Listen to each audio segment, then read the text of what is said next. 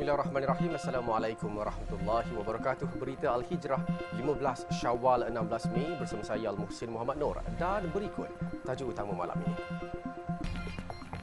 Anggota badan pendaki hilang ditemui.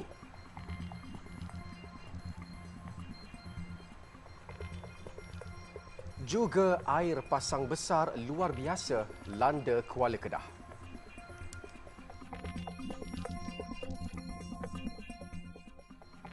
Perkembangan terkini dua wanita yang dilaporkan hilang dipercayai dibawa arus kepala air ketika menyertai pendakian bersama 27 pendaki lain di Gunung Suku, Jalan Simpang Pulai, Cameron Highlands awal pagi semalam.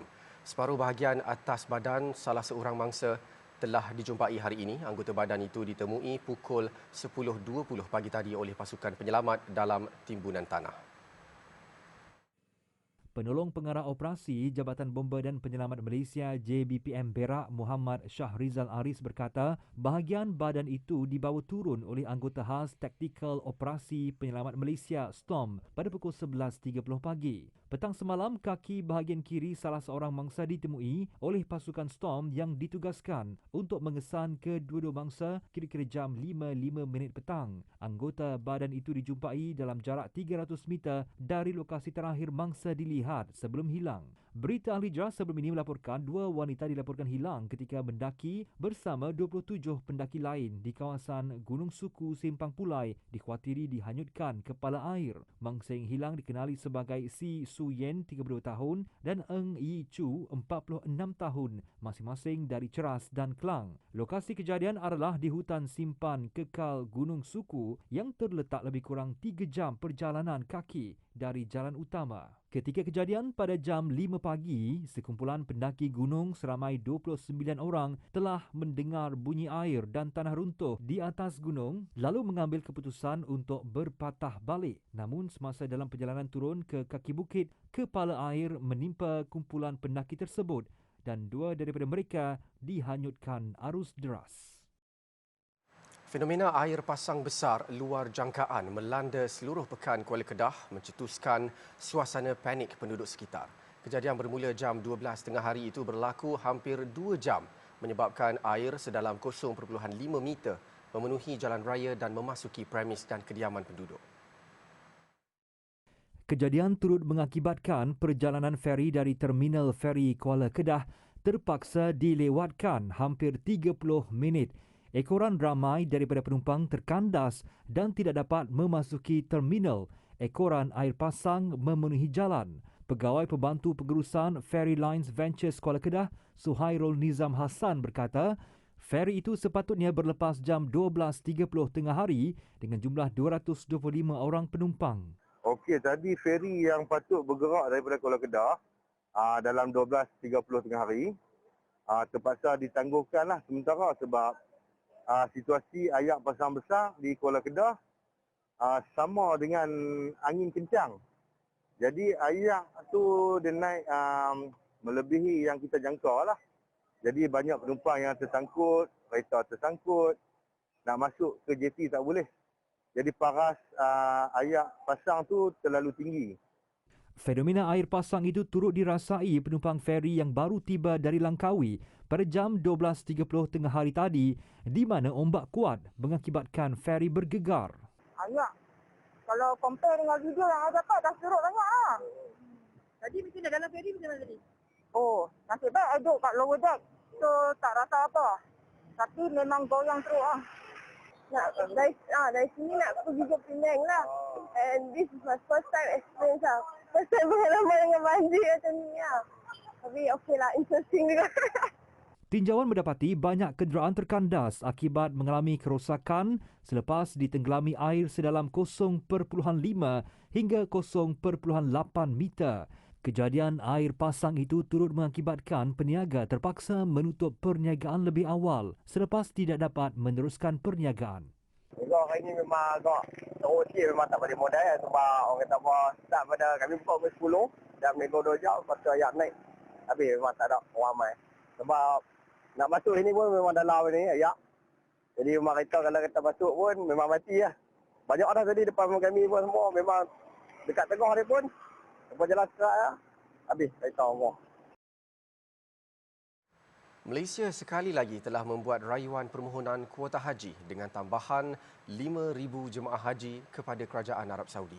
Menteri di Jabatan Perdana Menteri Hal Ehwal Agama, Datuk Idris Ahmad, berkata beliau telah mengemukakan rayuan tersebut semasa menghadiri persidangan Majlis Komuniti Islam Sedunia di Abu Dhabi minggu lalu. Kita juga membawa rayuan sekali lagi untuk kita mohon kuota haji daripada Kerajaan Saudi. Untuk kita minta pertambahan sebanyak 5,000 lagi kita minta kalau boleh.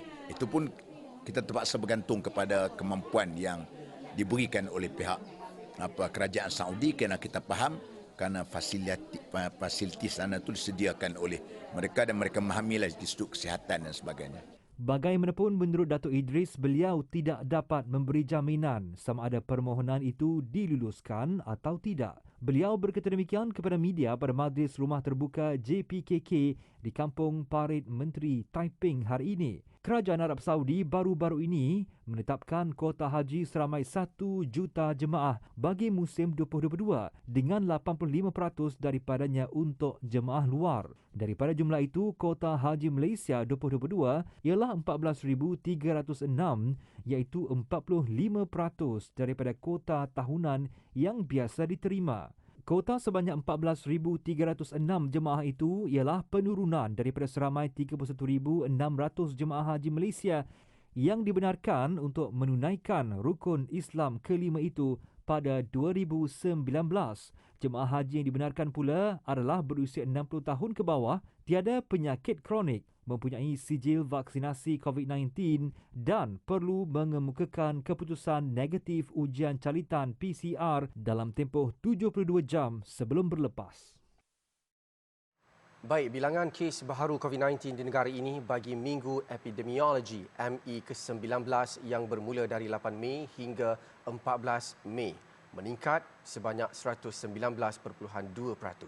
Ia meningkat kepada 19,137 kes berbanding 8,732 kes pada minggu sebelumnya. Ketua Pengarah Kesihatan Tan Sri Dr. Nur Hisham Abdullah berkata perkembangan itu menyaksikan jumlah kumulatif kes COVID-19 di Malaysia kini sebanyak 4,475,873 kes dengan 29,762 kes aktif. Beliau berkata sejajar dengan peningkatan kes harian pada ME ke-19, purata kadar kebolehjangkitan juga menunjukkan peningkatan sebanyak 70.2%, iaitu 0.97 berbanding 0.57 pada minggu sebelumnya. Bilangan kes sembuh pada ME ke-19 pula menurun sebanyak 59.2% atau 30,930 kes kepada 12,618 kes berbanding ME ke-18. Dan kumulatif individu pulih ialah 4,410,499. Kes kematian pada ME ke-19 menunjukkan sedikit peningkatan iaitu 3.1% iaitu daripada 32 kes kepada 33 kes berbanding ME ke-18. Ini menjadikan kumulatif kematian kini 35,612. Sementara itu, Dr. Nur Hisham berkata jumlah kemasukan pesakit COVID-19 ke fasiliti kesihatan iaitu hospital dan pusat kuarantin dan rawatan COVID-19 PKRC awam bagi setiap 100,000 penduduk juga meningkat 38% untuk ME sama berbanding ME sebelumnya. Kemasukan pesakit COVID-19 ke hospital awam bagi setiap 100,000 penduduk juga meningkat sebanyak 100% melibatkan semua kategori pesakit. Secara keseluruhan, peratusan penggunaan katil PKRC meningkat sebanyak 100%, penggunaan katil bukan kritikal meningkat sebanyak 18%, manakala penggunaan katil unit rawatan rapi ICU menurun sebanyak 10%. Pengguna laman sosial perlu peka dan menyelidik terlebih dahulu latar belakang sesebuah agensi yang memuat naik poster atau informasi meminta derma termasuk untuk pembinaan masjid atau pusat tahfiz. Menurut penceramah bebas Nabil Ahmad, ia bagi mengelakkan mereka daripada terjerat dengan sindiket penipuan derma palsu secara dalam talian.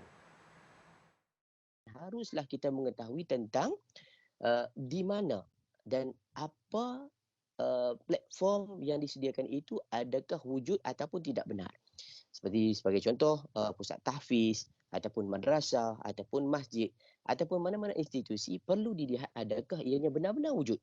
Yang kedua, perlu juga dilihat dari sudut cerita yang disampaikan sama ada menerusi platform media yang rasmi ataupun media yang diiktiraf.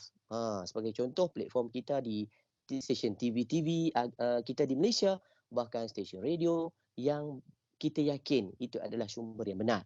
Jelasnya untuk memastikan masjid atau pusat tahfiz yang dibina benar-benar wujud, penderma juga boleh meminta bukti perkembangan terkini pelaksanaan projek tersebut daripada pihak yang menjalankan kutipan derma. Dia turut menyarankan pengguna laman sosial untuk merujuk kepada pihak berwajib dan badan berautoriti sekiranya wujud keraguan. Jika ada sebarang bentuk keraguan, haruslah dilaporkan kepada pihak yang berwajib. Sebagai contoh, Suruhanjaya Komunikasi dan Multimedia Malaysia SKMM. Adapun kepada pihak contohnya Jabatan Kemajuan Islam Malaysia JAKIM. Ataupun kepada mana-mana pihak yang saya yakin dan kita semua yakin bahawa mereka boleh menyekat dan mengambil tindakan lebih drastik agar tidak ada penipuan di masa yang akan datang dan seterusnya.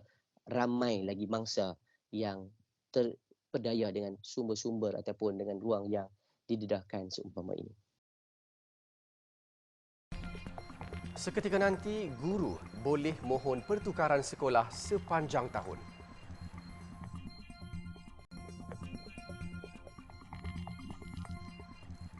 Alhamdulillah bertemu lagi. Guru kini boleh membuat permohonan pertukaran sekolah sepanjang tahun. Ia susulan garis panduan baharu dikeluarkan Kementerian Pendidikan KPM bagi menggantikan garis panduan sedia ada yang dikeluarkan pada 1975. Permohonan pertukaran sekolah juga kini tidak boleh dihalang guru besar atau pengetua yang sebelum ini mempunyai kuasa untuk memberi kelulusan. Mengumumkan keputusan terbaru itu, Menteri Kanan Pendidikan Datuk Dr. Razi Jidin berkata, pengumuman untuk pertukaran guru pula diubah kepada 4 kali setahun, iaitu pada Mac, Jun, September dan Disember, berbanding hanya 2 kali setahun sebelum ini.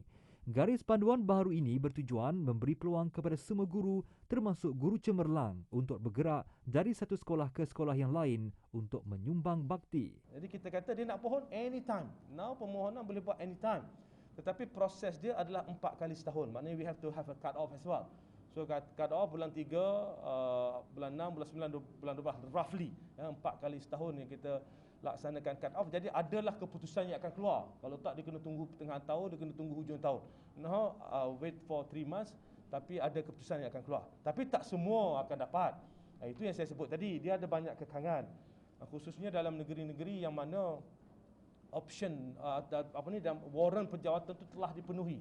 Beliau berkata demikian pada sidang media selepas merasmikan sambutan Hari Guru Peringkat Kebangsaan kali ke-51 tahun 2022 bertemakan Guru Tunjang Sekolah Sejahtera di Universiti Malaysia Kelantan UMK Kampus Bacok di Bacok hari ini. Hadir bersama Ketua Pengarah Pendidikan Datuk Nur Zamani Abdul Hamid dan Pengerusi Jawatankuasa Pembangunan Insan, Pendidikan, Pengajian Tinggi, Sains dan Teknologi Kerajaan Negeri Kelantan, Datuk Dr. Muhammad Fazli Hassan. Datuk Dr. Razi berkata bagi tahun 2021, guru yang berjaya dalam pertukaran berjumlah 55% daripada keseluruhan permohonan. Secara purata setiap tahun, jumlah permohonan pertukaran guru adalah melebihi 20,000 orang. Tahun lalu, Kementerian Pendidikan Malaysia KPM menerima sebanyak 23,000 permohonan dengan permohonan pertukaran paling tinggi adalah untuk masuk ke Kelantan dengan subjek pendidikan Islam. Kelantan juga mempunyai masalah kekurangan guru bagi subjek kritikal iaitu bahasa Inggeris, masing-masing lebih 400 orang guru bagi sekolah kebangsaan SK dan lebih 200 guru sekolah menengah kebangsaan SMK. Cabaran yang dihadapi guru hari ini termasuk berdepan COVID-19 sejak 2 tahun lalu bukan satu penghalang, malah dilihat satu peluang kepada mereka untuk mengadaptasi teknologi moden dalam pengajaran dan pembelajaran. Ia terbukti apabila semakin ramai guru inovatif yang secara bijak dan efektif menjadikan media sosial dan dunia digital sebagai wadah mencurah ilmu kepada generasi hari ini. Ikuti laporan wartawan Azlinda Sahaluddin. Dengan wujudnya aplikasi seperti Zoom serta media sosial popular seperti TikTok dan YouTube, ia dilihat berjaya membantu pelajar memperoleh ilmu secara lebih fleksibel. Walaupun tidak dapat menggantikan pembelajaran secara bersemuka di sekolah, namun perkembangan ini mampu mengelakkan mereka daripada ketinggalan dalam pelajaran. Menurut Fatih Hussein, tutor bagi subjek matematik dan matematik tambahan di Pusat Tuition MC+, penggunaan media sosial amat membantu dalam menyampaikan ilmu memandangkan pelajar hari ini sudah sebati dengan media sosial. Kita dah tak boleh nak menyekat student daripada buka social media. Dia mesti akan buka juga social media. Jadi antara cara untuk kita pastikan ada belajar dalam tu adalah kita pun kena join ke dalam media sosial. Jadi adakah membantu soalan dia tadi kan? Ya, jawapan saya membantu. Walaupun mungkin sikit, tapi at least ada bahagian yang kita beri pada mereka. Menurutnya, walaupun kaedah PDP secara dalam talian mempunyai cabaran yang tersendiri, namun ia tidak mematahkan semangat tutor-tutor ini untuk menyampaikan ilmu terutamanya kepada pelajar yang bakal menduduki peperiksaan besar seperti SPM dan PT3. Saya ada student daripada Bangi yang memang dulu offline dengan saya, kemudiannya masuk online. Waktu trial dia fail. Tapi waktu SPM dia boleh dapat A+. Dan benda tu bukanlah satu memang itu adalah satu pencapaian yang besar. Seronok kita dengar. Sementara itu, bagi tutor subjek ekonomi dan perniagaan Syahir Adenan, seorang pendidik perlu memahami teknik untuk mengajar lebih-lebih lagi secara dalam talian. Yang pertama, sebelum student nak faham, cikgu kena faham dulu macam mana nak mengajar secara online. Cikgu kena prepare betul-betul macam mana nak deliver kepada, saya boleh cakap, Gen Z ni. Sebab kita faham yang student sekarang terdedah dengan social media dan kita nak pastikan yang cara penyampaian kita juga kreatif dan juga mudah difahami so that kita ni orang kata mengikut diorang punya cita rasa. Tambahnya, beliau amat berbangga dengan setiap pencapaian yang dikecapi oleh setiap pelajarnya dan akan terus komited untuk meneruskan usaha mendidik anak bangsa. Mentari hadir menyinari hidupmu, pelangi muncul mengukir senyummu. Guru yang memberi ilmu, guru yang membakar semangat juangmu. Panggilan keramat guru dan juga cikgu sentiasa mekar dalam ingatan. Tanda kasih sayang buat insan yang mendidik anak watan. Selamat Hari Guru. Azlinda Sahaluddin, Berita Al-Hijrah. Penghargaan kepada golongan pendidik tidak sekadar menunggu Hari Guru untuk diraih dengan ucapan dan hadiah semata-mata. Sebaliknya, penghargaan kepada insan berjasa itu perlu diberikan tidak kira masa. Menurut pensyarah kanan Fakulti Syariah dan Undang-Undang Universiti Sains Islam Malaysia, USIM, Luqmanul Hakim Hanafi, Islam amat menuntut perbuatan menghormati dan memuliakan guru selaras dengan adab dan akhlak sebagai pelajar. Jelas Luqmanul Hakim, perkara tersebut banyak diungkapkan dalam beberapa hadis dan karya ulama terdahulu, antaranya Sayyidina Umar Al-Khattab yang sangat mementingkan soal adab ketika berinteraksi dengan guru. Tetapi Sayyidina Umar Al-Khattab radhiyallahu pernah menegur apabila seorang itu dia melawan guru dia. Sebenarnya hari guru ni kita kena ingat pengorbanan guru. Ada anak murid yang menegur guru dia. Lalu saya kata Sayyidina Umar, bertawaduklah kamu kepada orang yang menyampaikan ilmu, orang yang mengajar kamu dengan ilmu. Kerana sesungguhnya mulianya ilmunya. Tambah beliau, penghargaan kepada guru tidak sekadar dengan majlis dan hadiah. Ia juga boleh diekspresikan dengan menjadi seorang pelajar yang berakhlak mulia dan berusaha menjadi individu yang lebih cemerlang. Sebab itu, dalam menyambut Hari Guru ini, mungkin bukan saja menghadiahkan hadiah kepada guru, tapi mungkin boleh kita berubah. Antaranya kita bercakap baik dengan guru, kita menghargai guru, antaranya kita menyebut dengan kata-kata Assalamualaikum cikgu. Selepas ini kami berjanji kami akan belajar lebih baik, dan penghargaan kepada guru juga. Apabila Hari Guru ini berlaku, selepas Hari Guru, pelajar masuk kelas, dia tidak bercakap, dia tidak berteriak, dan guru rasa, oh Masya Allah, inilah hebatnya Hari Guru. Mereka telah mengubah anak muridku untuk menjadi lebih baik. Duta Palestin ke Malaysia, Walid Abu Ali, merakamkan penghargaan kepada Perdana Menteri Datuk Seri Ismail Sabri Yaakob yang membela perjuangan serta nasib Palestin dan rakyatnya yang berjuang menentang kekejaman Israel. Menurut beliau, ketika dunia menutup mata terhadap penderitaan Palestin selama beberapa dekad, Malaysia sebaliknya sentiasa konsisten dengan pendiriannya dalam konflik Israel-Palestin. Memetik portal Al-Hijrah Online, Walid berkata rakyat Palestin menghargai dan mengagumi sokongan diberikan Malaysia dan Perdana Menteri ketika pertemuan dengan Presiden Amerika Syarikat Joe Biden baru-baru ini yang mengukuhkan lagi kedudukan dan pendirian Malaysia terhadap perjuangan Palestin. Beliau berharap Malaysia akan mempengaruhi negara Asia lain ke arah menyokong perjuangan Palestin. Tambahnya, isu Palestin sentiasa menyatukan jiwa dan menyentuh hati semua rakyat Malaysia. Malaysia juga konsisten dengan pendiriannya serta lantang menyuarakan solidariti dan sokongan terhadap isu Palestin. Duta Palestin itu juga menghargai pendirian Malaysia untuk tidak menormalkan hubungan dengan Israel. Ketika menghadiri mesyuarat pemimpin ASEAN dengan Presiden Joe Biden pada sidang kemuncak khas di Washington DC pada 13 Mei, Datuk Seri Ismail Sabri telah meminta AS bersikap jujur menyelesaikan konflik Israel-Palestin dan bertindak pantas sebagaimana yang dilakukan negara kuasa besar itu dalam krisis di Ukraine. Selepas ini, kembar Siam Yaman dipisahkan.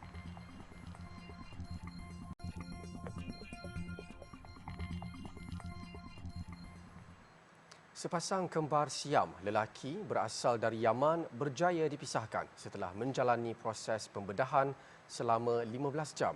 Pembedahan ke atas pasangan kembar Yusuf dan Yasin yang memiliki beberapa organ bercantum itu melibatkan kira-kira 24 doktor di salah sebuah hospital di Arab Saudi.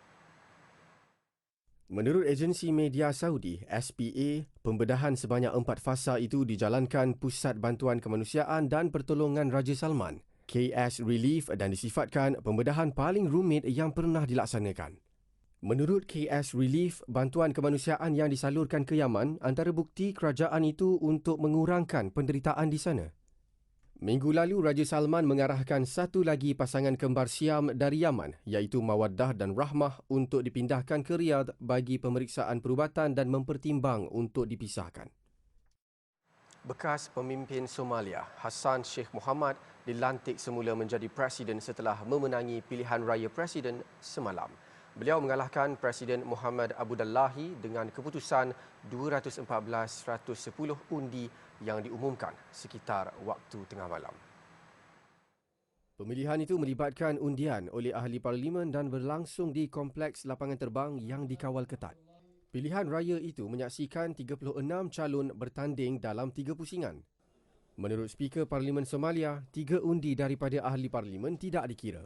Beberapa minit setelah keputusan diumumkan, Hassan Sheikh Mohamud mengangkat sumpah dan sempat berterima kasih kepada bekas Presiden atas peralihan kuasa secara aman. Mengikut perundangan Somalia, Presiden yang dipilih akan berkhidmat selama 4 tahun akan datang. Hassan sebelum ini berkhidmat sebagai Presiden antara 2012 hingga 2017 sebelum ditewaskan oleh Muhammad Abdullahi. Pilihan raya tersebut ditangguhkan hampir 15 bulan disebabkan isu perbalahan dan keselamatan. Seorang maut manakala 4 lagi masih kritikal dalam satu insiden tembakan rambang di sebuah gereja berhampiran Los Angeles semalam. Kejadian berlaku sehari selepas seorang lelaki bersenjata membunuh 10 orang di sebuah pasaraya dekat New York. Pihak berkuasa memaklumkan panggilan kecemasan diterima daripada gereja berkenaan pada jam 1.26 tengah hari. Menurut Sheriff Daerah Orange, Jeff Hellock, penganut yang berada di tempat kejadian telah menahan penembak itu dan mengikatnya dengan tali serta merampas 2 senjata sementara menunggu anggota polis tiba. Tambahnya, suspek terbabit tidak mengalami sebarang kecederaan. Suspek dipercayai seorang lelaki Asia dan berusia lingkungan 60-an. Sementara itu, pihak berkuasa bomba Daerah Orange berkata anggota bomba dan paramedik sudah dikerahkan ke lokasi kejadian.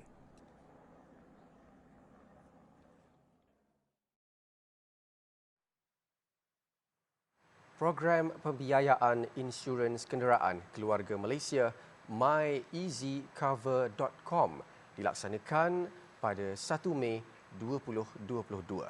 Pakej pembiayaan secara ansuran sehingga 10 bulan tanpa caj faedah adalah layak untuk penjawat awam sebelum diperluaskan kepada sektor swasta.